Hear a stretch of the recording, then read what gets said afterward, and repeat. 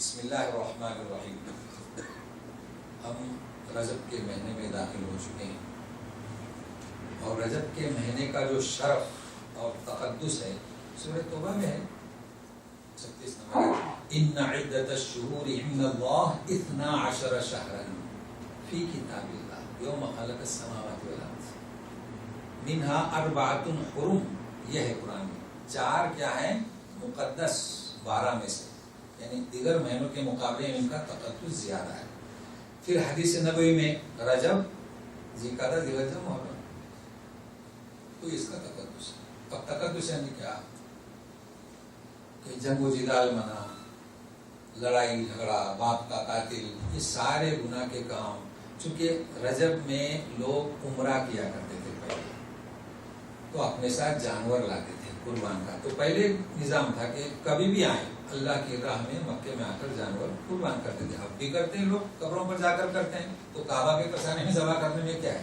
اب وہ سلسلہ نہیں رہا، چونکہ عمرہ حج میں داخل ہوا، اب حج پر ہی قربان کرتے ہیں. لہٰذا اس کو بھی ذہن میں رکھے گا. تو یہ اس کا تقدس تھا اور احترام تھا. اور اب بھی پہلے یہاں ویزے بھی عمرے کے رجب سے ہی لگتے تھے.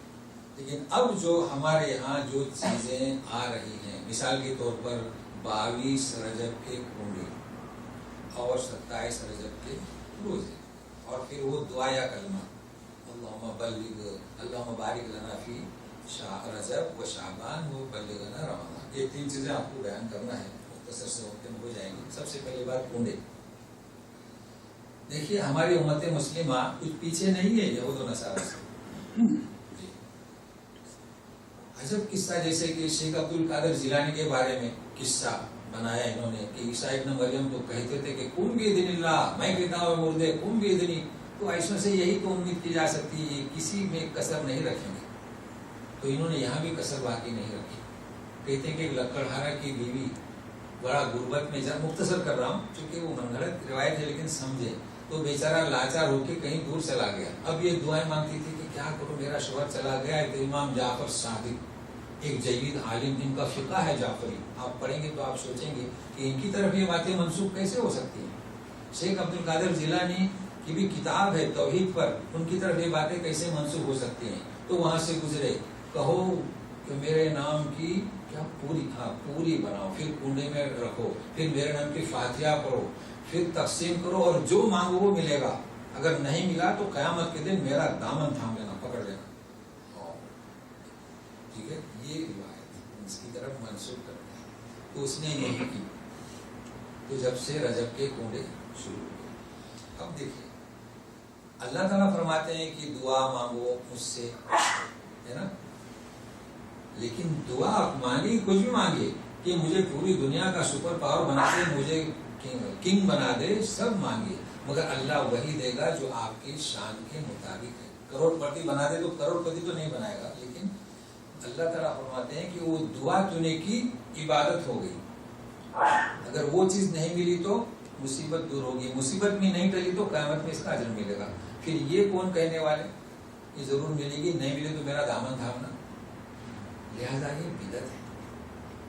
یہ نہ جانے کیسا ہم امت مسلمہ کو یہ کنڈے. اچھا صحابہ نے نہیں کیا، اب امام جعفر صادق کون سی صدی کے تھے جانتے ہیں؟ تو صحابہ کا عمل نہیں، رسول کی جانب سے کوئی ہدایت نہیں.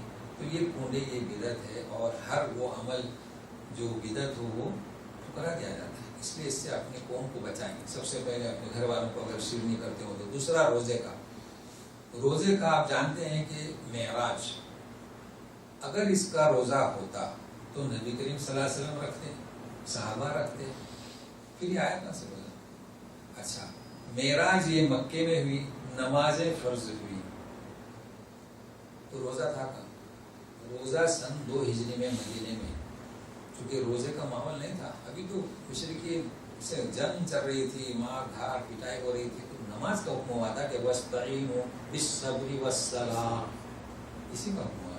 اب لوگوں نے روزہ رکھنا شروع کر دیا. اچھا اب آپ بخاری نکالیے اور ساری حدیثی کتابیں، تفسیر اور فقہ، چلیے اپنے اپنے فقہ بھی نکالیے، حنفی، شافعی، مالکی، حنبلی، جعفری.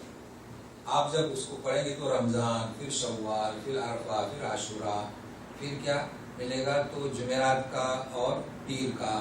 پھر کیا ملے گا تو ہر مہینے کے 3 دن 13 14 15. پھر کیا ملے گا تو کفارے کا نظر کا اور رجب کا روزہ ہے. لہذا بدعت نہ رجب کا روزہ ہے نہ اس رات کو چراغا کرنا ہے. تو نہ جانے یہ ایسی بدعت کیوں اختیار کیے ہوئے. بس وہی وزین الشیطان اعمالہ.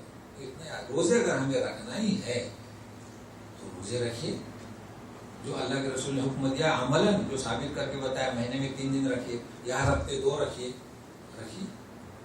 تو روزے کا ہی شوق ہے, لیکن یہ بدعت کے نام سے رجب کا کوئی روزہ نہیں. اچھا, اب تیسری بات کیا جی, آپ سنیں گے خطبہ شروع ہوگا رجب کا, تو خطبہ اپنے خطبے میں کہیں گے کہ اللہم بارک لنا فی رجب و شعبان و بلغنا رمضان. یہ دعا پڑھتے ہیں خطبے میں. اب اس کی حقیقت کیا, تو سنیے گا غور سے. جب پڑھتے ہیں تو کیا بات ہے, کیوں پڑھتے ہیں. جب آپ حدیث کتاب میں دیکھیں گے تو میں تفصیل سے بتا رہا ہوں. بیہقی نے بیان کیا ہے, مسند احمد نے. حدیث کی سند ایسی ہے کہ حدثنا عبداللہ زیاد ابی, اس کا نام ہے الرقات, اور زیاد النمیری وان انس. تو دیکھیے سند آئے نا, عبداللہ اور ابی الرقات اور زیاد النمیری وہ انس بن مالک ان رسول اللہ صلی اللہ علیہ وسلم قال رسول اللہ صلی اللہ علیہ وسلم کہ رسول اللہ علیہ وسلم جو ہے رجب میں یہ دعا پڑھتے تھے. ٹھیک ہے, حدیث. اب حدیث کئی جیسے میں سمجھا چکا ہوں, آپ کو آسانی ہوگی. ایک تو حدیث کا متن, ٹیکسٹ یعنی کلمات, جسے میں نے لکھا تھا کلمات دعا کے کلمے, کلمات دعائیہ. کلمات دعائیہ بہت اچھے ہیں کہ بارک لنا فی رجب. ہمیں تو ہر مہینہ جب چاند ہم دیکھیں تو ہم کہیں کہ اللہم بارک لنا فی محرم فی سفر. دعا مان سکتے ہیں. پھر اس دعا کے سلسلے میں یہ بحث کیوں کتابوں میں, تو سنیے گا. دعا کلمات دعا صحیح ہے, ہر روز دعا مانگے آپ کہ اس دن میں برکت, اس ہفتے میں برکت, اس مہینے میں برکت. لیکن یہاں جو فرق ہے اس کو سمجھے غور سے. اس کو منسوب کرنا, اس کی سند میں اختلاف ہے. امام بخاری حافظ بن حجر کیا کہتے ہیں کہ یہ ابی الرقات وہ زیاد النمیری منکرین حدیث. اب کیا چاہیے, جیسے میں یوں کہوں کہ یہ جو حدیث پرویز غلام احمد نے جو بیان کی ہے, یہ پرویز تو منکرین حدیث ہے. تو جو منکر حدیث ہے اس کی حدیث ہم کیا سنیں. اچھا, ابو داؤد کہتے ہیں کہ لا عارف, عیسائی کہتے ہیں مادری.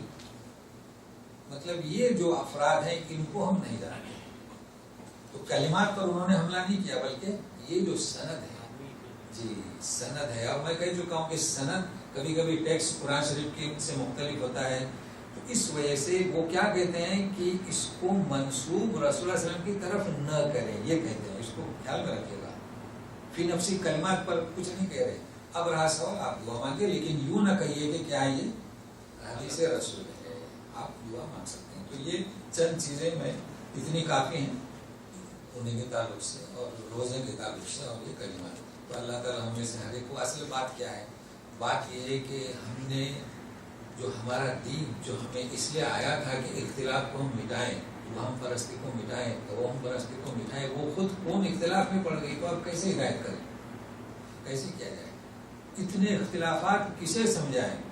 اس لیے کہ جب ہم سمجھانے جاتے ہیں تو یہی مسئلہ ہے کہ یہ کس جماعت سے ہے, تو یقین نہیں. تو بہتر طریقہ یہ ہے کہ قرآن سے آپ سمجھائیں, اور قرآن میں بھی کیسے سمجھائیں, جو بیٹھے سامنے, تاکہ ہم بتائیں کہ اب جیسے حدیث کا متن بتایا, اب یہ تو بتا دیں نہیں یہ حرام, یہ بدعت, یہ غلط, کیسے انسان قبول کرے گا. تو اس کے لیے کیا محنت کرنا ہے. اور محنت کیسے کہ آمنے سامنے بیٹھیں, درس و تدریس کریں, یہ حکم ہے.